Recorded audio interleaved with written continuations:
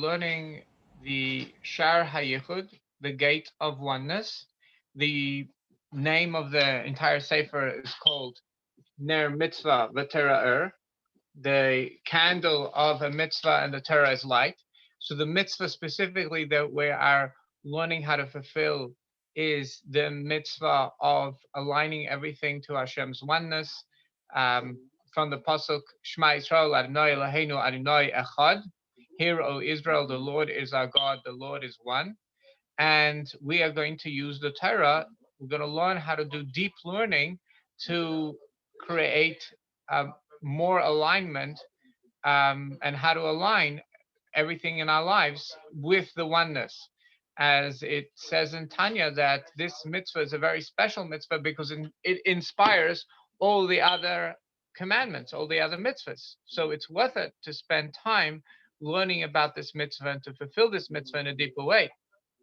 Now, there is deep learning, surface learning, and in fact, there are three things that we've covered so far. It's like a stool of three legs. The first thing is surface learning, and surface learning is the idea of verbally repeating a text from the Torah, a text which is like a carrier text. In other words, it carries a lot of meaning in very few words, so it's definitely worth spending your time repeating the text over and over again. Like one of these texts is the actual Chumash, the actual 5 books of Moses. It's worth saying them verbally over and over again. That's surface learning. And one of the interesting things that happens in surface learning is a person's mind, the conscious mind, which is associated with the metzach, which is the forehead, and the neurologist would give you the name the prefrontal cortex. It's a very small, like a flat area of the brain right behind the forehead, where that's where the conscious processing happens. The thing is, the conscious processing is not very good at it's like a table and doesn't have very much space. So if you put too many things on the table, things fall off the table. It's very difficult to analyze very many ideas. In fact, if you put like 3 choices in somebody in front of a customer, they're usually going to get to analysis paralysis, and they're not going to choose. They're not going to do anything. So if you want to give a customer a choice, give them 2 choices, because 3 is already too much for the conscious mind. So when it comes to learning, when we're learning a lot of complex ideas, it becomes very overwhelming for the mind to deal with all the complexity. So a way to solve this problem is by learning on a surface level, by verbalizing the learning. And what happens after a while, it goes to the long-term memory. So once the information goes to the long-term memory, it's easier for the brain just to bring out the information and put it on the table whenever it needs to. Because since the conscious mind can only like deal with comparing 2 things at the same time, maybe you can put 6 things on the table, but that's going to lead to analysis paralysis. So, but if you're doing surface learning, so the information, you're saying the words over again, you can just becomes very easy to bring up the idea, put it on the table, analyze it, and put it back into the long-term memory. So surface learning includes learning. There's another text, which is the Tanya. The Tanya is like this carrier text, which has so much information in very few words. It's worth reading again and again to know the words, because then it's very easy to pull the concepts up whenever we need to into the conscious mind. Now, then there's deep learning, and that's what we're going to be learning about. But in order to do deep learning, the conscious learning is very important to do surface learning, repetition, and that's going to be very useful when we want to do deep analysis in the deep learning. And we've said last week that in deep learning there are 9 levels altogether, and the 9th level is the connection to truth that is higher than intellect. That's called the crown, the keser. That's the 9th level. and he creates a path through which to get to the ninth level, to get to the connection of the truth. And he says that even if you get to the second level and you do all your work on the second level, and you start getting to the third level, that already gives you some sort of access to the connection to truth. So you don't need to go up all 9 levels to get some sort of connection to the truth. You can go up to the second and third level, and you already have some direct connection to the truth. I'll just tell you a little hint. Sometimes a very simple, a sincere person, a simple, sincere person can also have a direct connection to the truth, not going through all the 9 levels. And sometimes a child, you're going to have a very intelligent conversation with a child, because even if they're not so intellectual, nevertheless, because of their simplicity and sincerity, they may have a greater connection to the truth than I have with all my study and learning. I could get lost in the analysis and not really and get focused on the wrong thing, because I didn't complete the whole process. Whereas a simple child can have a direct connection, and it's very useful to sometimes have an intelligent conversation with a child or a simple, authentic, sincere person. That's a side point. Now, then we also spoke about the big league, that surface learning and deep learning is not the big league. The big league is when we reach a level of control of the thoughts. Now, controlling the thoughts is a difficult thing to do. We can't control our thoughts. They're always moving, but we can direct the thoughts. We can choose what to think about. And one of the easiest ways to become in control of the thoughts, to at least to make the first step, is to take action. Because when a person takes an immersive action, the thoughts automatically follow. If you're doing something very immersive that requires your attention, then your thoughts are automatically in a good place. So if a person has difficulty controlling the thoughts, and we want to get to a full control of the thoughts, if we want to get there, the way to start is to do something immersive with our actions. And in fact, I was learning a discourse about 3 ways of combating Amalek. Amalek is this nation which their ideology is about cooling a person down, and even if they understand the right thing to do, they still do the opposite. So the way this discourse explained that there's actually 3 things to do to fight Amalek, to fight this ideology. And he says that the 3 things. One thing is we read the portion about Amalek, that's surface learning, and just by saying the holy words of the Torah, what happens is energy comes down by just saying the words. So we read the portion about Amalek. The other thing that he says, Amalek understands. Amalek has light, but they do the opposite. And the problem is because they didn't go deep enough. They didn't do deep learning to the point where they start getting the flashes of innovation. And so one thing that can be done with Amalek, because Amalek is intelligent. So don't just stay with surface learning. Make sure to do deep learning and go through the levels. And that inspiration will weaken the ideology of Amalek. And the third thing to do is do a mitzvah. Do a mitzvah, a commandment, an act of goodness and kindness, and do it in the best possible way. And by taking action, that is also going to combat Amalek. So I'm just starting off before going to the text. We have 3 things that we can do. In surface learning, we repeat verbally what we're learning. We repeat the text verbally. In deep learning, we repeat the idea in our mind. So instead of repeating it verbally, we just close our mouth go back to the beginning and just repeat it in our mind. We do that repetition, that automatically is going to start us on the process of deep learning. And in order to get to the to start to go into the big league, we are going to take action. Do an action. Just start with doing any action, any mitzvah, and that is going to help us to go into the big league. Now, I'll tell you a story I heard from Rabbi Groner, Alav Shalom, from Australia.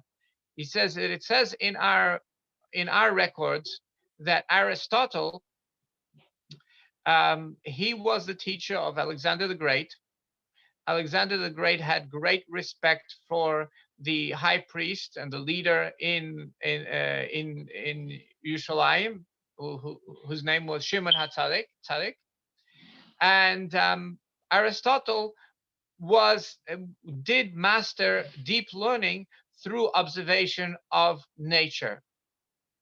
And he had such good observation that he was able to go into higher levels of deep learning, and he wanted to enter the big league. And he not only just wanted to go at the beginning of the big league, he wanted to enter prophecy. And the answer is you have to align your actions first. You can't get into the big league without fixing up your actions. It's not enough just to be a wise philosopher. Your body, your behavior actually needs to be aligned with your understandings, and that will get you into the big league. He wanted, and he was capable of getting into that level, that level of prophecy, but he was told he can't do it till he fixes up his actions. So that these are the three. This is the stool of three legs, and if you're missing a leg, it's not going to work. Surface learning, repetition with verbal repetition of the text, deep learning, mental repetition of the text, and then getting into the big league starts with action, taking good actions. Now we're ready. So that's a summary of what we've been learning about before, and now we're ready to learn the next piece of the text, and we need an introduction for that. We're going to start learning about. We're going to use some Kabbalistic terms. So one of the things that this text does, it's a key to the study of Hasidus, and it's also a key to many esoteric texts. And it tells us the terminology used in each type of text, so we can recognize it. If we're reading the Medrash, or we're reading the Talmud, or we're reading the Zohar, we can recognize the codes and the meanings, and which words are synonymous with each other in the various texts. And there is a concept of the code, the binary code. I believe a binary code is like eight for those programmers out there that has eight parts. So the binary code of creation that is used to make creation also has 8 parts, and one of the parts is God's name spelt with a yud and then the letter hey from the aleph base, and then the vav from the aleph base, and a hey, and each letter in the aleph base has a numerical value. And each letter also, you can have the letter yud, for example, but you could also spell out the entire, give it the name. Spell out the entire letter. So you can spell it out yud, vav, daled, which when you read it, it's also yud. So you can either just read just the letter or the letter spelled out fully. Now, when you spell it out fully, those letters also get the numeric value. So yud is actually the number 10. But if you spell out the yud, it's 10, vav is 6, so 10 plus 6 plus dalet plus 4, which is 20.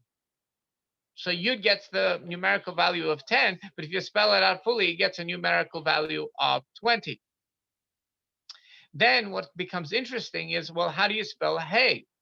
How do you spell hey fully? So you can spell hey with a hey and a yud, right? So then it's going to get the numerical value of 15. You could also spell it with an aleph.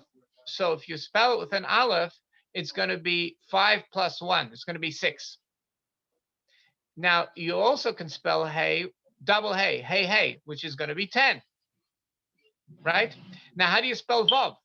You can spell vav, which is vav, yud, vav, which will be 6 plus 6, 12, plus 10 is 22. Or you could spell vav aleph vav, which is 6 plus 1 plus 6, which would be 13. Or you could spell vav vav vav, just 2 vavs, which is 6 plus 6, which is 12. You see how you could give different numerical numbers to the way we will spell out God's name. So there's 4 main ways of spelling out God's name of the 4 letters. There's 4 ways of spelling it out. And the way it works in Kabbalah code is usually the way we're going to spell it has a meaning. In other words, if we decide to spell God's name just with yuds, in other words, hey is spelled hey yud, and vav is spelled vav yud vav, and then hey again is spelled hey yud, right? So what is the idea of a yud? A yud is like a small dot. And a small dot represents just a flash of intuition, the flash of wisdom, the flash of a new idea, right? So the God's name, which represents the flash of a new idea, represents Chachma. If you do all the math, it ends up 72. It ends up 72. So it gets now we're going to give it the name Ab, which is Ayin, which is 70, and Base, which is 72. So we're going to say Shem Ab, the name of Ab, which is 72, represents the spelling of God's name in a way where the second letter is a yud, which the theme of the yud is the idea of chachma, of wisdom, the point of wisdom.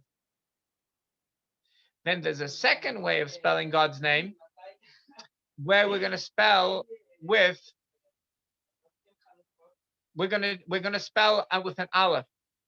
Why an aleph? Because an aleph is shaped in a way where it shows on communication. There's a little yud on top, a little yud on bottom, and there's this beam in between, which is an interface of communication that between a teacher and a student, or between Hashem and like the high yud represents Hashem, the bottom yud represents the soul of man, and the line in between is going to represent the Torah, which is going to connect the two together, right? So it represents the idea of communication.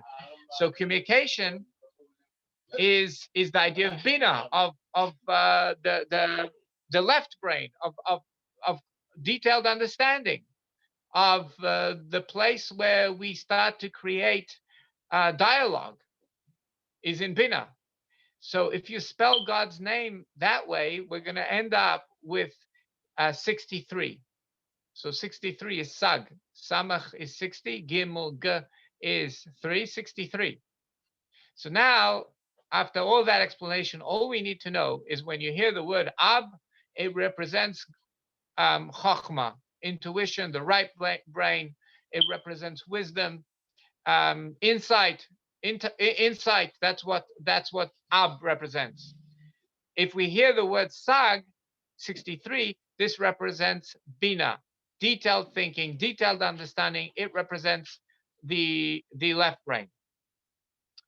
And now the question is, last time we explained that both brains, they connect to each other. They have a connection with each other.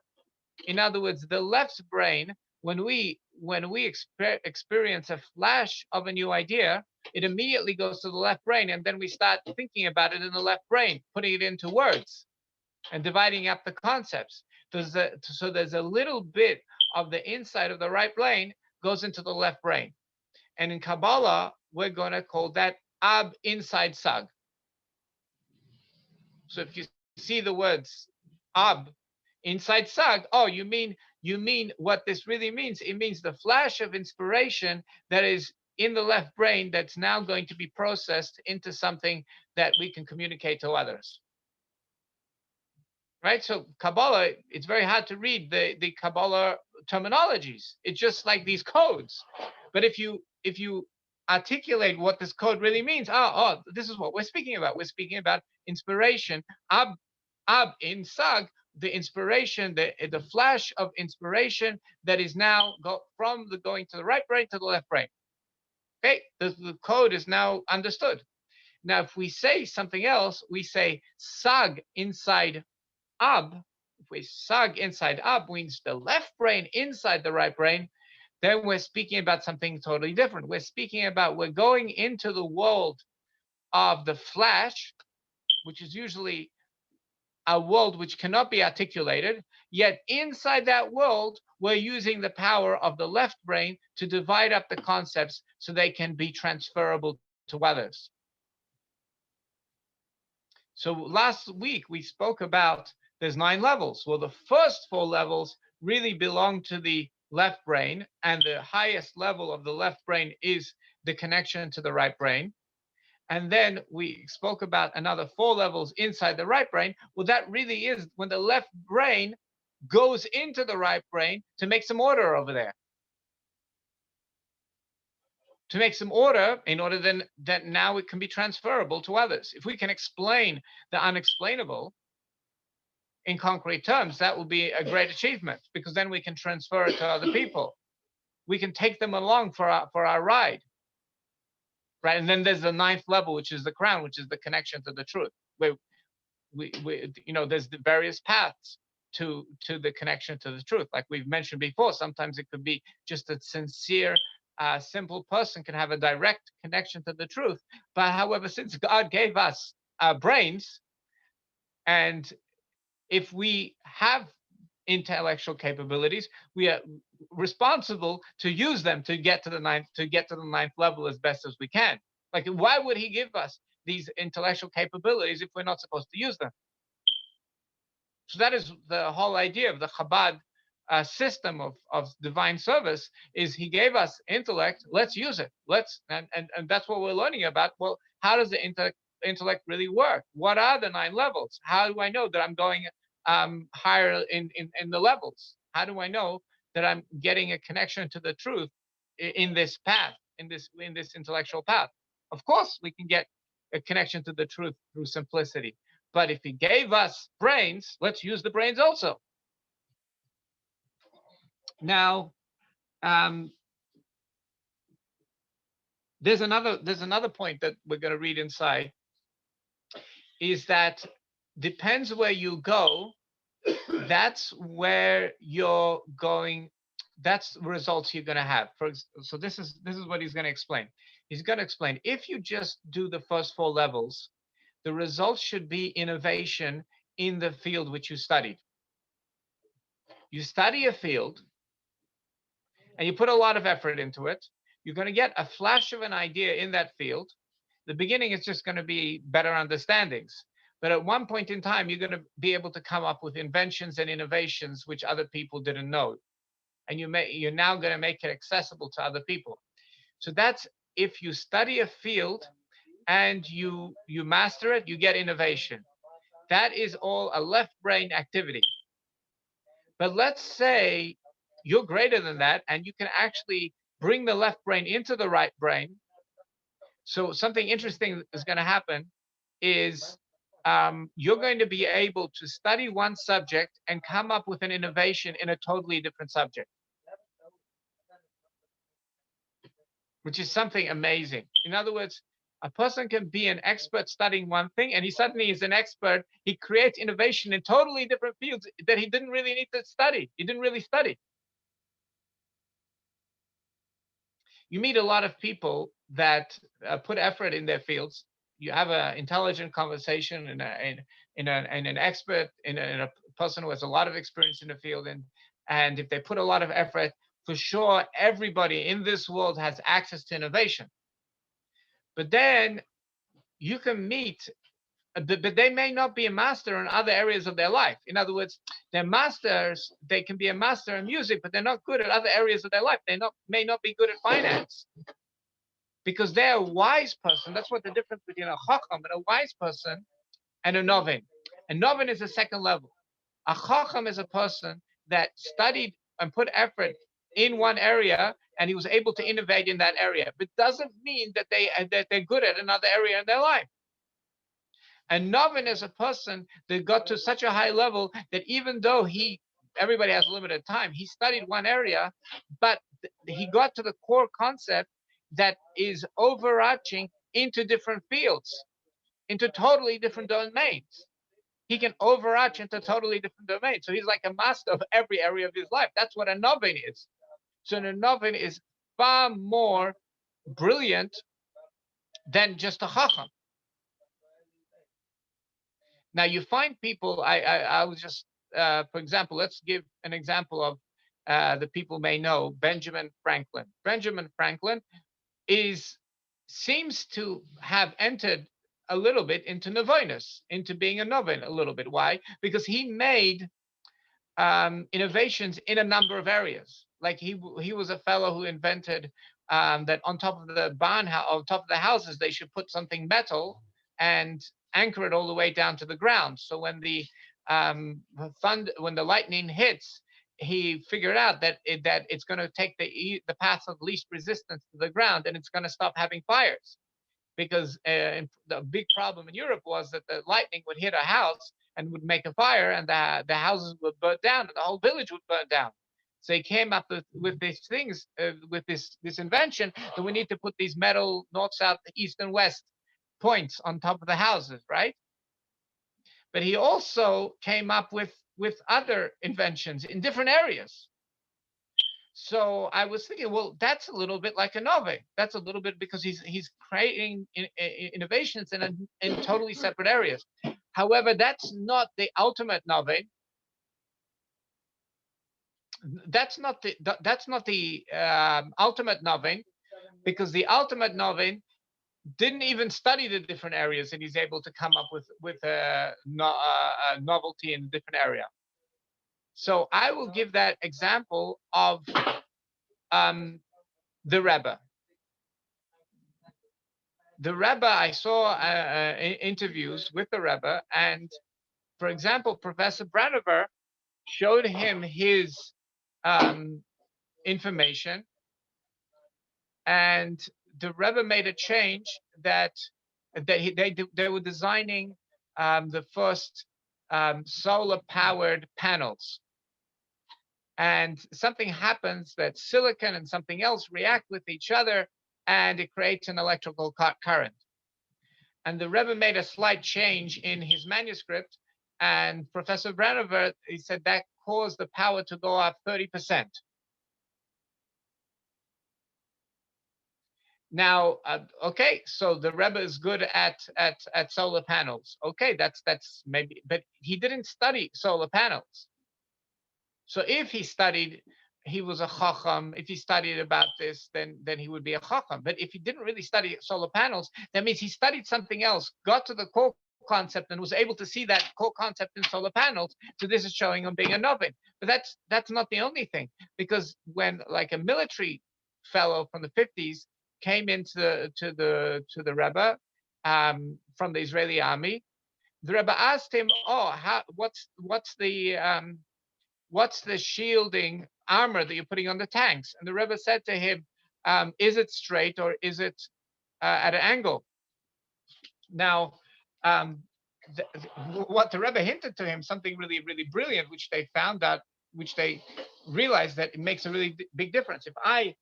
If I put a thick piece of metal this wide, so it's only as thick as this as we see over here. So we'll be able to block a certain type of an explosion. But if I just do this, so this distance across becomes wider automatically just by putting it at an angle. So now the shielding is much more powerful. So if there's an impact over here, there's much more metal to protect from the impact. So just by putting the same armor at an angle, that would protect the tanks much more. So you're seeing that the Rebbe is now seeing novelty in a different area, in a military area. So there's solar panels and there's military, and then there's a biologist that came to the Rebbe, and he was telling you that he discovered a secret in nature, and the Rebbe told him how is this going to be useful. So he guided him, and that became now the new focus in his life. How can he make the secret of nature that he found out to be useful? And he says, now I know that it's useful. Or where the cardiologist came to the Rebbe, and they told the Rebbe that you're going to have a scar on the heart. So the Rebbe said to him, why don't you use stem cells? And this was 30 years, at least 30 years before his time, maybe 50 years before the time. And now they're starting to use stem cells. So you see Oneness. You see Oneness, where a person studies one field, the Torah, and he studied, and yet he's able to come up with novelty in a number of fields, and that's what a novin is. Very important to understand the difference. A novin is much greater than a chacham. Nevertheless, he's going to say over here, you can't be a novin, but be a chacham, at least be a chacham. That's what he's going to say in deep learning. Even if you're just going to be a chacham, you're still going to have a connection to the truth. You're just not going to be able to overarch in a totally different domain. You're only going to be able to make novelty in the area which you're studying. Now, there's a whole different thing that I'm going to bring up after we read it, and that is the idea of, let's say I can't be a novin, but let's say somebody's going to take me by the hand and bring me in to the right brain, bring me into the wellspring, because the left brain, the areas which are really accessible to us, are called the river, and the right brain is called the wellspring. So let's say somebody's a real novin, and he's going to take me by the hand and bring me into the wellspring.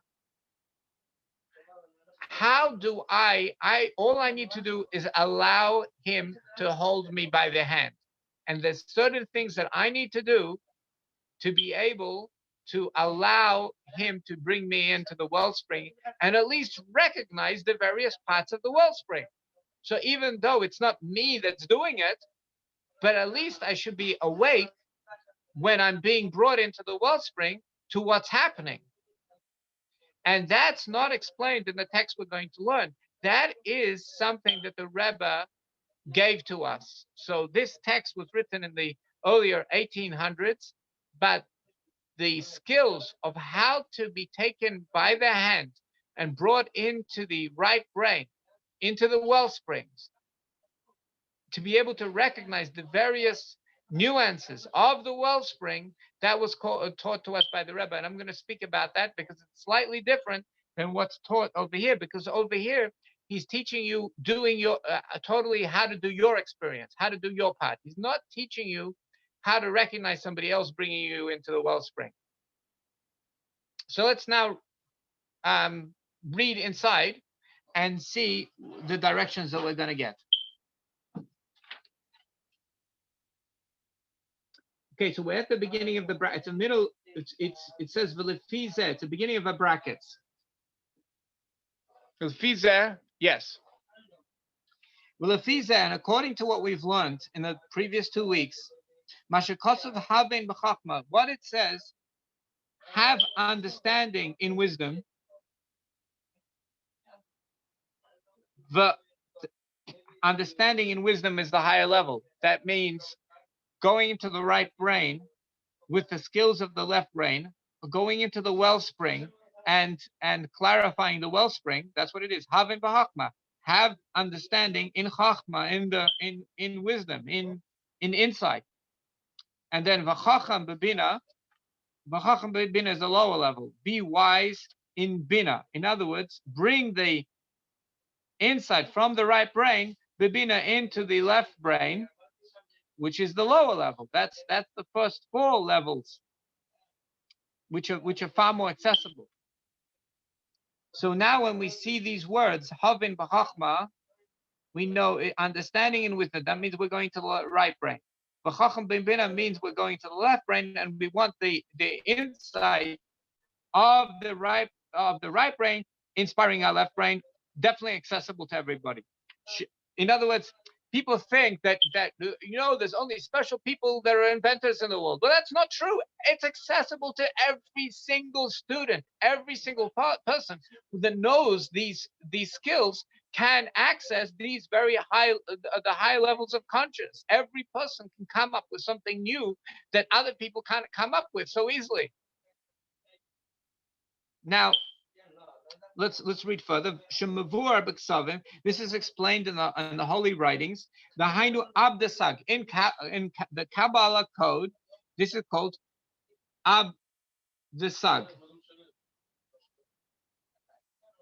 Okay, the Ab represents code for the God's name as the theme of the God's name in that spelling is expressing chachma, insight, disag, but it's inside the understanding, which is the left brain. That's the spelling of that name.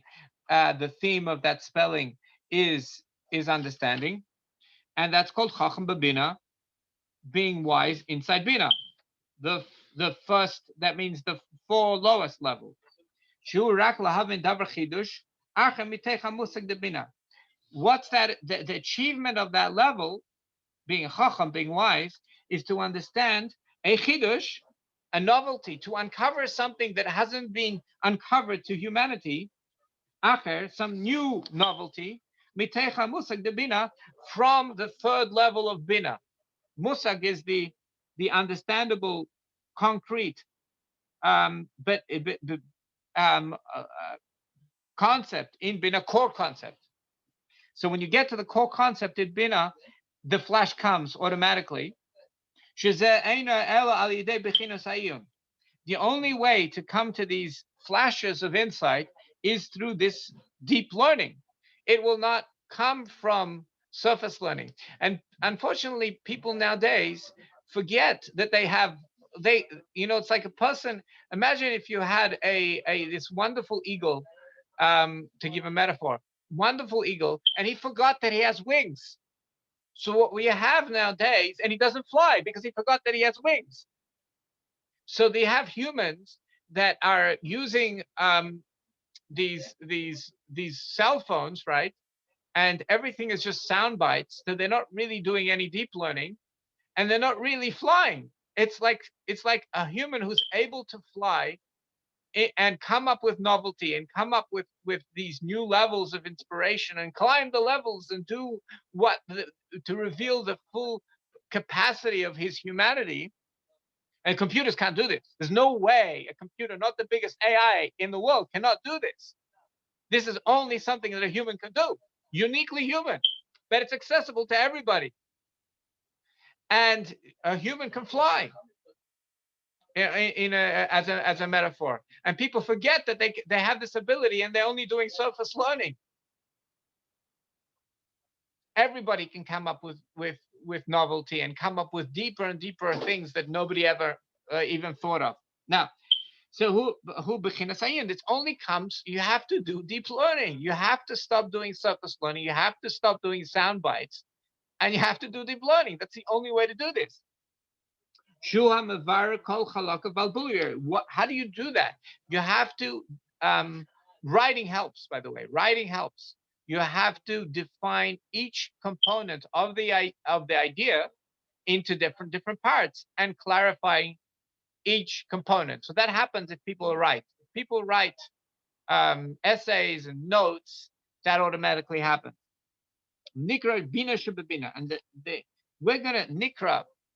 So we're gonna give it a terminology. Doesn't necessarily mean that when we give it this name, that's represents some sort of level on a ladder. No, it's getting a name because it's a theme. So nikra bina shababina. It's called the left brain inside the left brain. Comprehension inside comprehension. Bina shababina. So that's the first thing that people That's the first level. Do comprehension inside comprehension. And now, if you're quiet and you just repeat something over, like in your mind, automatically that process starts. That's all you need to know. That's all you need to know. You need to start repeating over the concept in your mind. If you, it'll be even better if you write it down.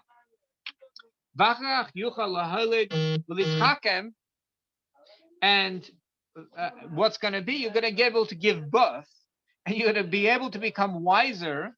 Lahamsi havana, you're going to be able to lahamsi, to find havana vasaga hadasha, a new understanding, a new concept.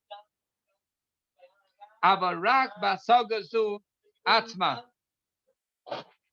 However, it's only going to be in this topic. Rak ba'asaga zu atma. You're going to come up with new invention, but it's only going to be in the topic that you're studying. Shenikra chacham shebabina. You're going to be wise inside comprehension. Right? That's what's going to happen. Aval kesa shebabina, but the crown of comprehension, hu emek hamusag, is the third level. The crown of comprehension, not really the crown, because we said the crown is on the 9th level. So, but we've also learned that even if you just get to the 3rd level, you have a connection to the real crown, to the 9th level. So that's why we're going to call it we're going to call the 3rd level. It's the crown inside comprehension. The 3rd level out of the 9 is the crown inside comprehension, because it has a connection to the truth. And it's called the deep comprehension. You cannot give this to people. Deep, that core concept, you cannot give it to somebody else. They have to get it on their own. So you can only give details, and they have to compare the details. They have to take notes, and they're going to get it themselves. So that's why that, I had a teacher in the Talmud class in yeshiva. So everybody has to write, because he can't give it to me. I have to find it myself. So when I write the lesson that forces me to do these comprehension and comparison, and I have to separate the ideas, so automatically I'm going to get the core concept eventually. He can't. I have to do it on my own. So that's called the Omek HaMusag. The Omek HaMusag is the core concept.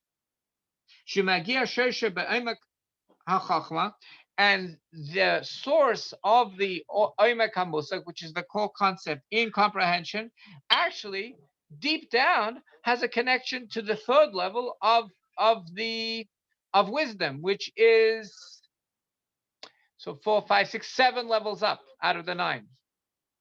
So the 3rd level has a direct connection to the 7th level out of the 9, which has a direct connection to the 9th level, which is the connection to truth, which is higher than the intellect itself.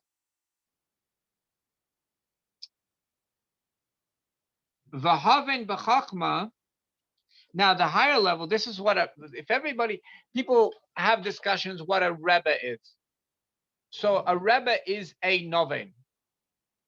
What is a rebbe? A rebbe is somebody who got into the wellspring, and he can get to the core concept and overarch it into areas which he had never ever studied. That is what a rebbe is. A rebbe is not a chacham. A rebbe is a noven, and this is what he's about to say. V'haven b'chachma. Understand inside wisdom, in other words, comprehension inside insight. That means the comprehension, the left brain travels over into the right brain, the abilities, in order to clarify the insight, to clarify the wellspring. Hainu sagda'ab. In Kabbalistic code, it's called Sagda'ab. Now you're going to forget this unless you just do surface learning a few times. Just remind yourself Sagda'ab. That means the God's name 63 inside God's name, which is 72. In other words, 63, which is comprehension inside 72, which is the theme of that, is wisdom. Shu kayach hesber. What is this ability? Is the idea of articulating hesber, articulation, b'chachma, in insight, atzma, inside. We're going into the wellspring. It's usually just a flash that can never be understood by anybody. It's not concrete, yet we are making it concrete. We are articulating something which is usually not possible. He's able to bring it to and articulate it with, you're looking at the person's face and they are articulating the wellspring, something which is usually humanly not attainable, but with a lot of explanations. And this is higher than the actual comprehension of the brain, of comprehension of dying. And if you look up, if you search on YouTube, you search the Rebbe saying a mimer, the Rebbe saying Hasidic discourse, okay?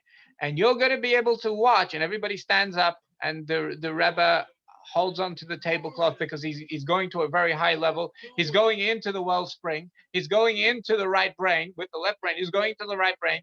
And the tone of it has a certain tone. And he's just revealing this thing, which is unattainable to regular humans, but he's holding us by the hand. And it says in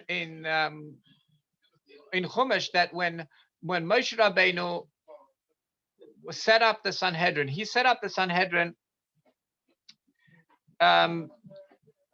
71 to altogether 71 elders, the high court, and he basically gave smicha, which means he gave rabbinic ordination to those rabbis, and they gave to other rabbis, and it continued through all the generations. And even though the prestige, that original rabbinical ordination can only be done in Eretz Yisrael, nevertheless, so it loses its power if it's done outside of Eretz Yisrael. So when the temple was destroyed and eventually people went into exile, we don't have that same rabbinical ordination.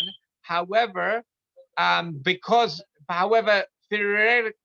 theoretically we do.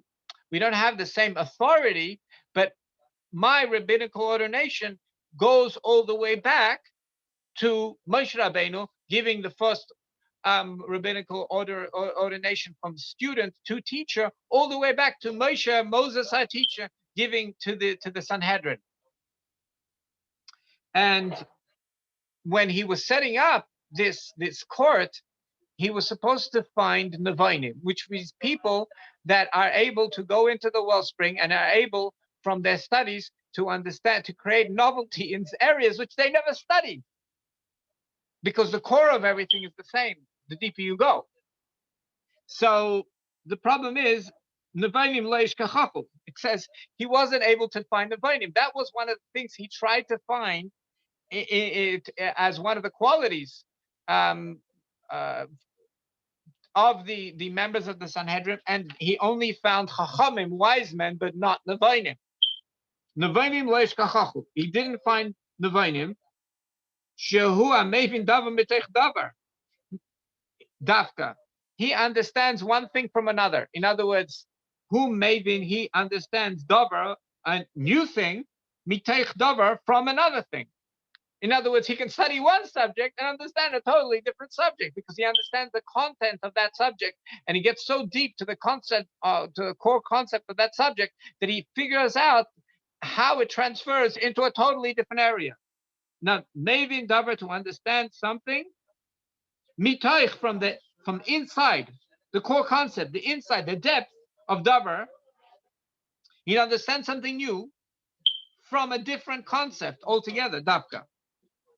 V'hainu mitzad sherish kach zeh, the haven b'chachma. He has the reason why he can do that is because the source of the power of having comprehension inside, in other words, the left brain going into the right brain, shemagia b'eimach hachachma, which connects to the seventh level, which is the depth of Chachma in other words, the depth of the right brain, the depth of insight.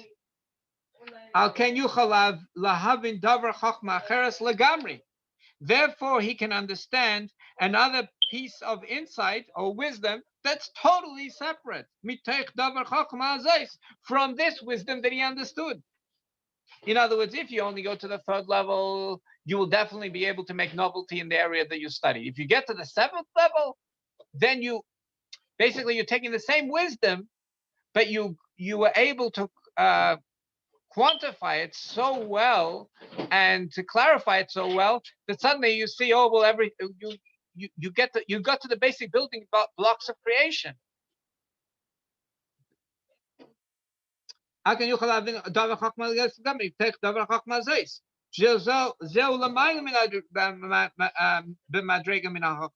This level of being a novin is higher than the level of a wise man.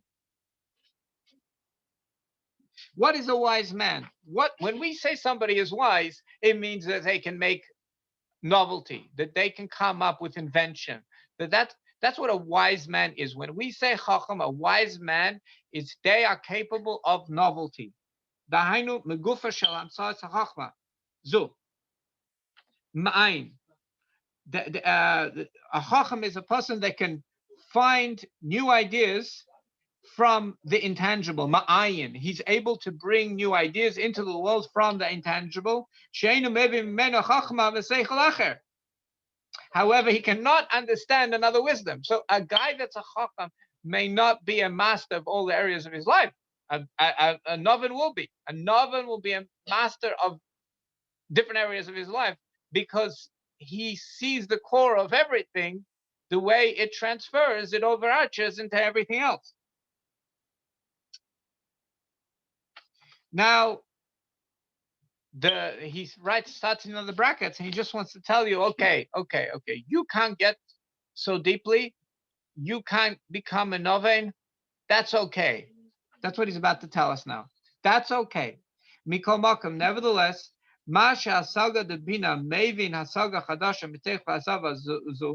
this that from your comprehension, you can understand something new from this comprehension, the subject that you studied. Shorsha b'havin b'chachma. You should know that this ability that you have to come up with novelty, to come up with a new invention, to come up with a new understanding, it actually originates from this ability of going into the wellspring. You can't go into the wellspring, okay, but that ability comes from there, comes from the idea of the concrete comprehension brain going into the inside brain of wisdom. Shemevin davar metech davar, that you can understand a new thing, a new davar is a thing, mitech davar, from the inside of another thing. The only thing is, he cannot bring that into actuality because that's in the source hidden. That's a hidden power. In other words, even the wise man has this higher ability inside him, but he's just not able to actualize it because he hasn't gone into the wellspring, or at least he hasn't taken his comprehension into the wellspring.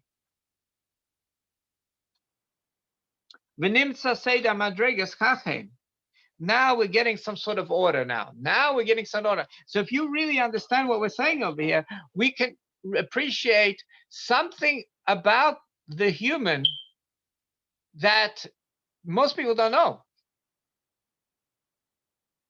A human is going to be better than a computer because he can do these things. He can go up the levels. So these are the order. This is what you do. Look, you can do this. You can do this. He said, do this iyun, do the deep learning. Hanal that we spoke about. Lamed aburia. Look, stand on it till it becomes clear. In other words, repeat till it becomes clear. That's all you need to do. Repeat in your mind till it becomes clear. Write it down. Make charts. Nikra bina shebavina. This is called comprehension, inside comprehension. Lahavchin, to differentiate. Tachlis havchana, make clear total differentiation between all the concepts. Pnimius v'chitzonius, the inner idea and the external idea, that which is the core, like more of the engine, and then presentation. Chitzonius is the presentation. So you have to separate presentation from engine in any concept. V'gam mizeh yochel liyes bechinas ha'erech. If you're going to do this, you're also going to be able to do erech. And erech means delivery. Like most people nowadays don't have too much patience. They're being bombarded with information. And you have to be able to like just explain things in a very simple way. It's the elevator pitch, right? To give the metaphor. So if you do deep learning, you're also going to be able to do erech. You're going to be able to bring down this understanding, the comprehension, into different clothes, right? Then the clothes that the listener is used to, until it becomes so concrete, that the understanding, the comprehension of a child can understand. So you have to study a child and understand the things, the objects in their world, and then bring the idea using the objects in their world to bring up the deep idea. But just because you can be a good school teacher and you can keep kids' attention doesn't mean you can lecture in a professionally, to create professionals. If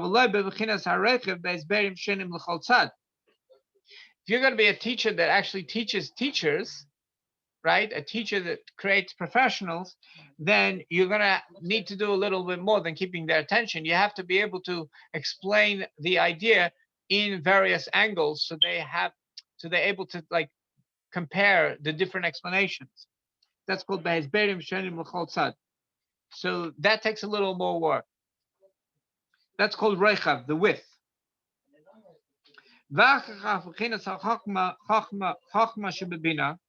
Now, we said Bina Shebabina is the idea of comprehension and incomprehension. And we said there's two things that you'll be able to reach. One of them is delivery, and the other one is Rechav, which is teaching more mature students.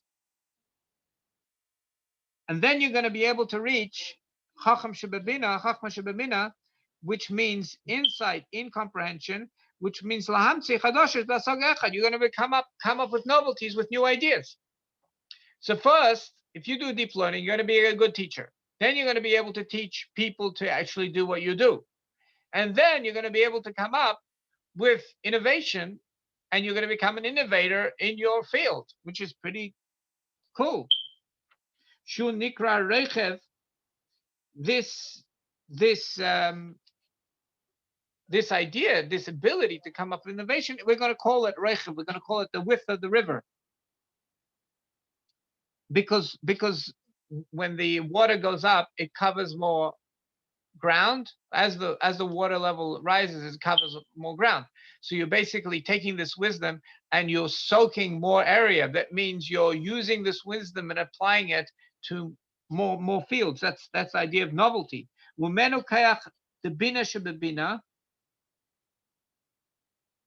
And by the way, this power of novelty, that's what also powers your ability to do deep learning. So in other words, the fact that you can do deep learning is because you are a novel. You deep down, it's just hidden. You are able to come up with novelty. Every human being that has a mind can come up with novelty. And that's what allows you to do deep learning. That's what allows you to explain things to a child. The Erech means the length of the river. In other words, delivery, taking a boat down the river and delivering it to a new village. Aval Shira Erech V'Arechev, the Chachma Bina Shebabina, and the amount that you're going to be able to do three things: teach mature students from different angles, and also come up with novelty.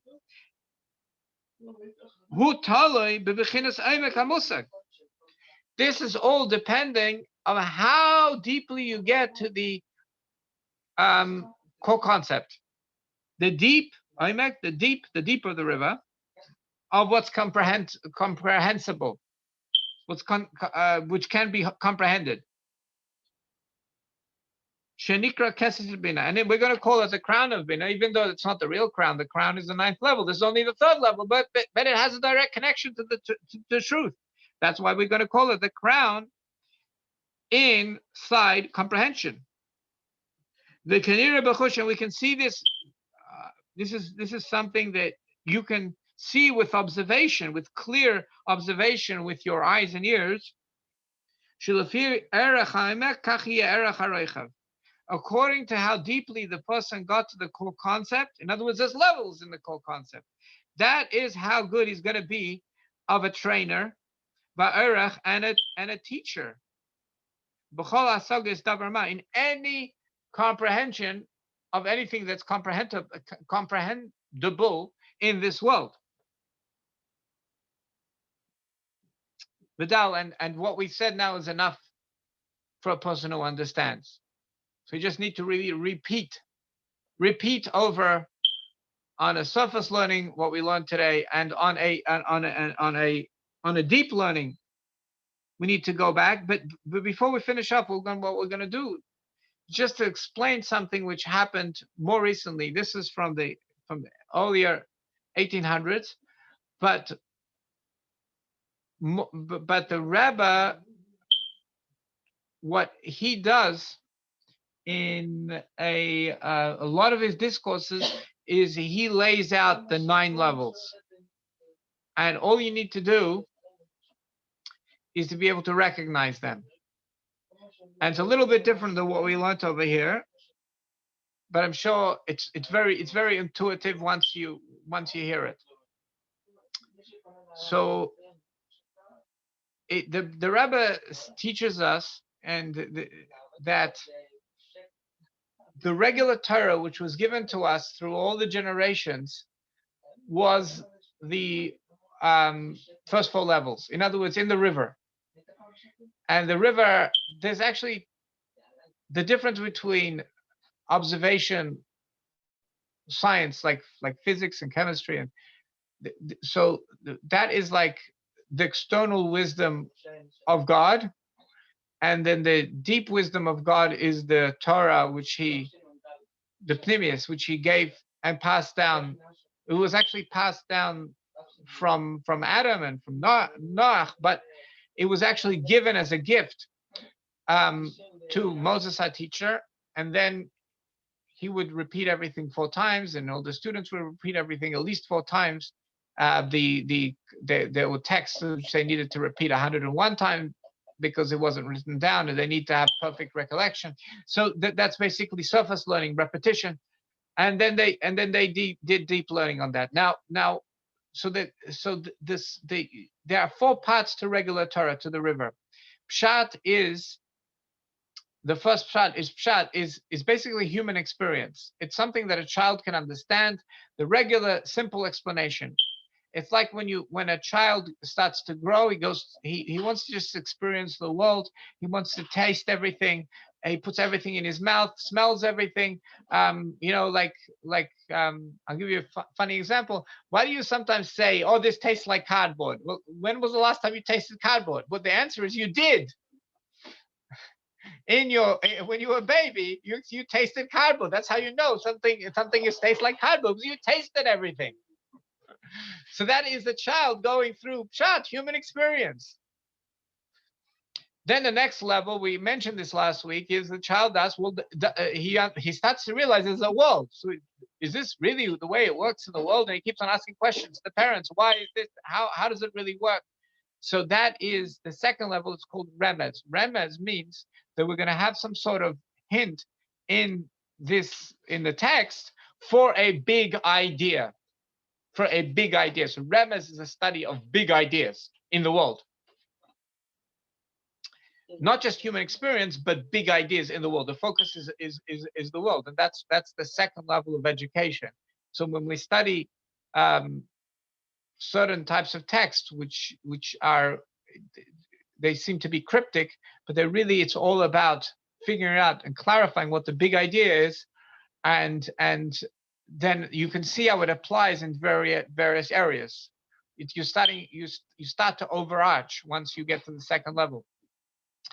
This third level is called drush, and a drush is derish means require from you. I require from you. Like a parent now wants the child to go and do some hobbies, music lessons.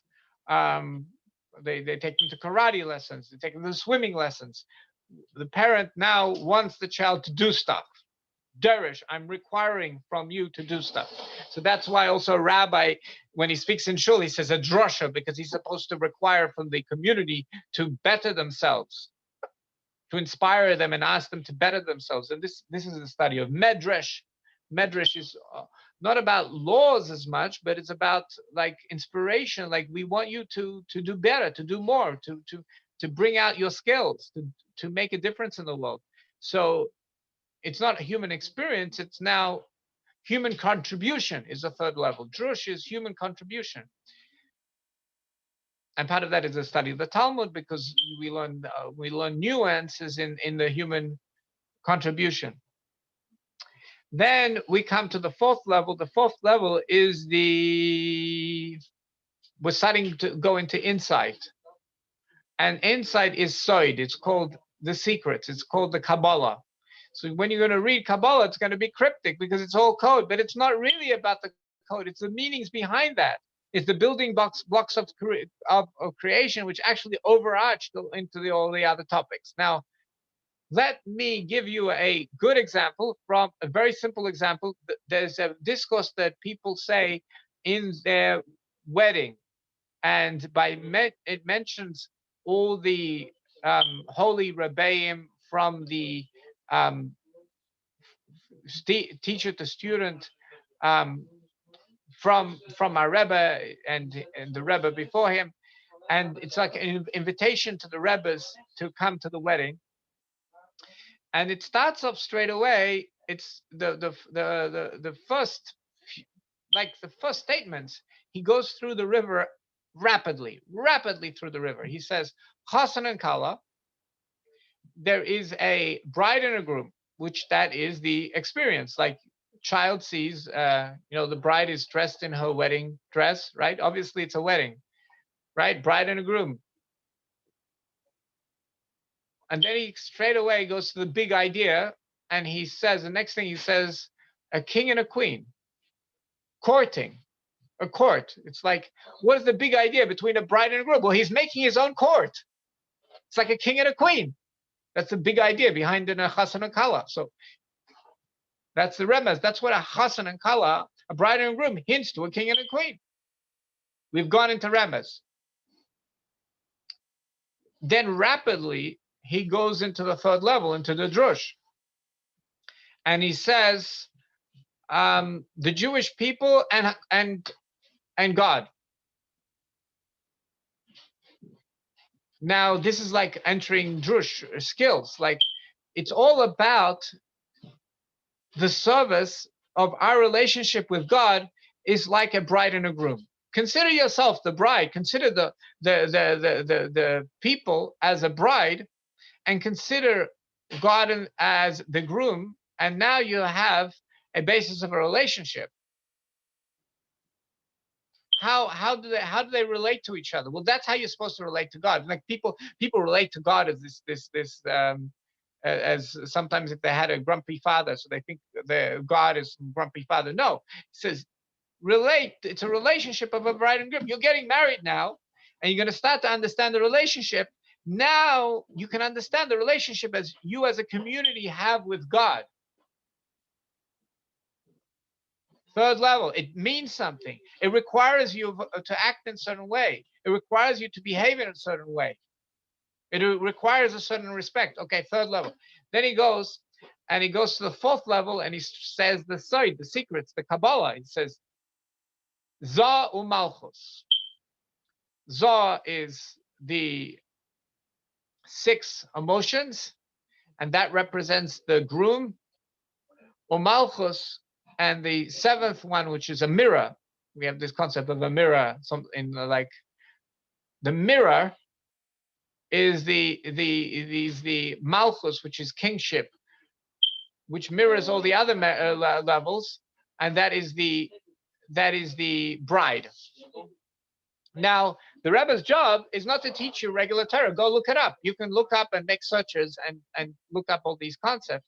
So he just says those briefly because his job is to bring you into the wellspring. So then he takes you into the wellspring, and what he does, he gives like a one-liner that's going to represent the kesed, the connection of truth. And then he's going to say, how can we revisit these four levels with the core concept, with the connection of truth, with the ninth level that I'm going to bring in from Hasidus. We're going to revisit all these four levels, and we're going to look at them from a deeper perspective of what they really are.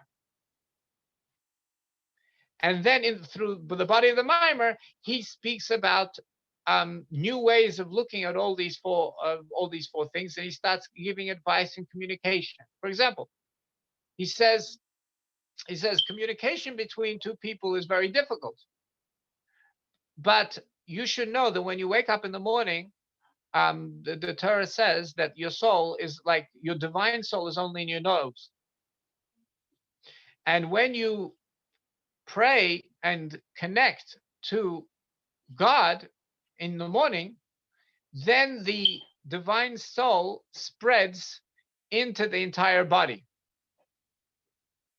So if you want to communicate to somebody that's very different, like Zohar and Malchus, right? Do it after you've prayed, because then your soul is revealed in your body, and then you can see somebody else's soul. So that's like an idea which he takes us by the hand and brings us into the wellspring, and he starts revisiting all the things that we were familiar with, were accessible to us in the river, but now from the perspective of the wellspring, from the perspective of the connection of truth. And the Rebbe was, in the works of the Rebbe, you see very often he's going to have clear 9 levels set up. Now, there's code words. So when it comes to the human experience, the pshat, I don't know if there's a code word for that, but basically there's the entry to the discourse, the first line of the discourse.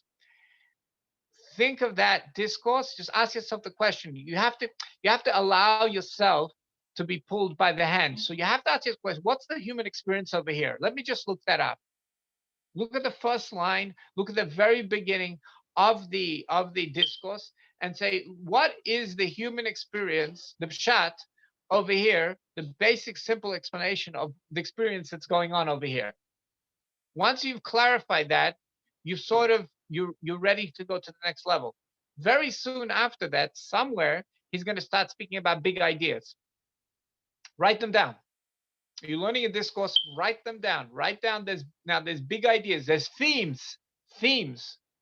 That's Rebbe's. Notice any themes, any big ideas that apply to the entire world. And there's no code word for that. You just have to keep your eyes open, but it's going to be really close to the beginning of the discourse. Then the third level, the Rebbe uses a code word, and the code word is avoda, work. The third level is drush, right? Requiring you to do something, skills. So the code word for that is avoda. Once you see he's using this word avoda, avodas Yisrael, avodas work, that means we've entered into the clarifying the third level as it is in the wellspring. And you will notice the fourth level, he says the words uvespheres. The spheres are the 10 building blocks of creation. And then he's definitely speaking Kabbalah. And it just becomes really evident because he's speaking Kabbalah. But he usually says the words, often he will say the words of the spheres. So now then you just need to know what's the core concept. So it's usually some sort of paradox, some sort of two opposites that are joining together, and some sort of something new is revealing itself, which is higher than both of them, with both the sides of the paradox. So that is usually the crown, but it's usually represented by like one liner. And but the main thing is how this one line affects all the other levels, affects all the other levels. Now, this is this structure. Go over it again and listen to it again, but then take a pen and paper. When you learn the works of the Rebbe, you're going to have something really interesting happening, because you're now going to be able to clarify the various levels and the various components and the various parts, which is the process which we've been speaking about over here. But it's just much easier when you have somebody taking you into the hand and taking you by the hand, taking you into a wellspring, something that. So yeah, that's explanation. Any questions? Yes, we have a question over here. Thank you so much. It says, are there levels beyond the level that allows a Rebbe to innovate in any field? So I think that to translate that into the word that you're using before, navoin, a level of a person who has deep understanding, is there a level beyond that? So can you repeat the question again, because I didn't hear the whole thing?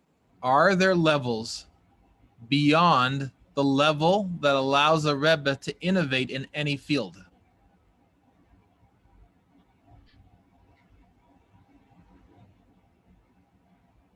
Beyond Kesed, the connection of the connection to truth.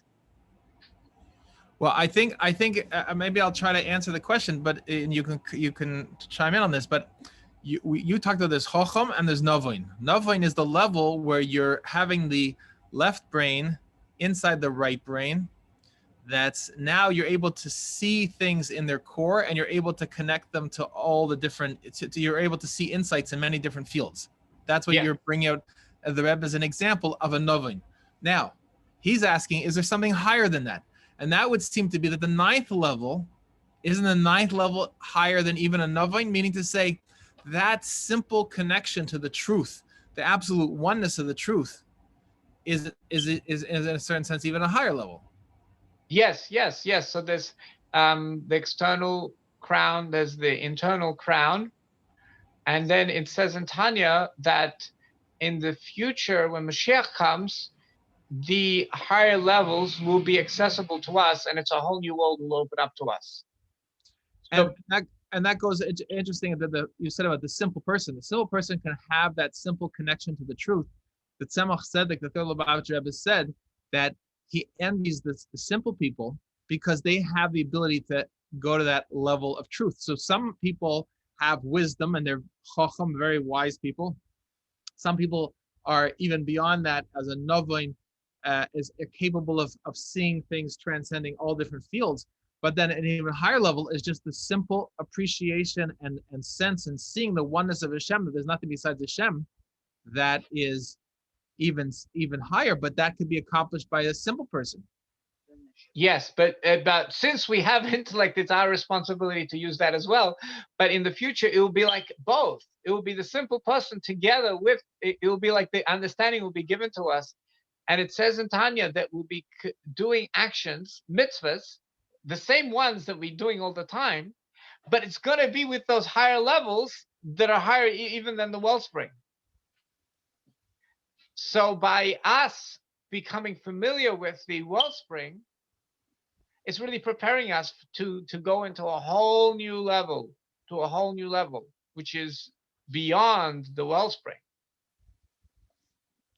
Well, that's beautiful. Any other questions? Please post the questions. I wanted to, before we conclude, just share a few thoughts related to the Parsha of the week, since we're coming up to Parshas Kisiso, which is this week, and related to what we talked about last week, Wednesday, when we were preparing for Purim, the holiday of Purim, is that you were actually bringing out the concept of Rachmanus, of mercy, that the highest, the greatest of the emotional attributes, the greatest of the attributes is the attribute of Tiferes, which is a combination of and a perfection of loving kindness on one hand and severity, discipline on the other hand, which is the perfect combination, which is mercy. And that's really the antidote for our times when we are faced with the cruelty of Amalek, that shows no mercy whatsoever. And so today's Torah portion from the from Shmos, book of Exodus, chapter 34, is precisely about the concept of mercy and the God's forgiveness, God's mercy. So this is the Yud Gimel Midas Harachamim, that God forgave the Jewish people for the sin of the golden calf, and he tells Moses to go and redo the tablets, and then it says in the famous verse that says that God passed before him, and God called out, and it says, Lord, Lord, merciful God, and so forth. And it's interesting that what Rashi says in his commentary on the Torah, remember we need to understand our grounding of the simple meaning of the verses is particularly in Rashi, because Rashi is coming to explain it to a 5-year-old, like you're saying, the simple human experience that we can understand with precise human experience, what the verse is really talking about. But you'll notice that he says that the first 2 mentions of God's name, with a 4-letter name that you were mentioning earlier in the class, Midas Rachamim. This is the trait of mercy. And then he says, Kale, the next time God's name is mentioned, so that it says, this is also Rachamim. This is also mercy. So where God's mercifulness is upon all of creation, and God's willingness to forgive everybody. It's also interesting that he says over here that that if God's going to visit the sins of the fathers on the children, but he says, Rashi explains that only applies that when the children continue in the footsteps of their fathers. So God in his mercifulness, when we are not bound by our lineage, we're not bound by the negativity of previous generations whatsoever. It's very interesting, because the cruelty of modern psychology and psychiatry is to say that a person is stuck with whatever things that the person experienced as a child. He's stuck with those things in a way that he can never really leave them. That's a cruel concept. And it goes completely against the Torah. The Torah says, no, God's willing, all that stuff is the past. If you're willing to let go of it, God Almighty is going to let go of it also. And the way your parents or your grandparents or great-grandparents, they coped with life and had their own calculations and their own way of dealing with things and their own character traits and so forth. Those are not, you're not limited by those at all.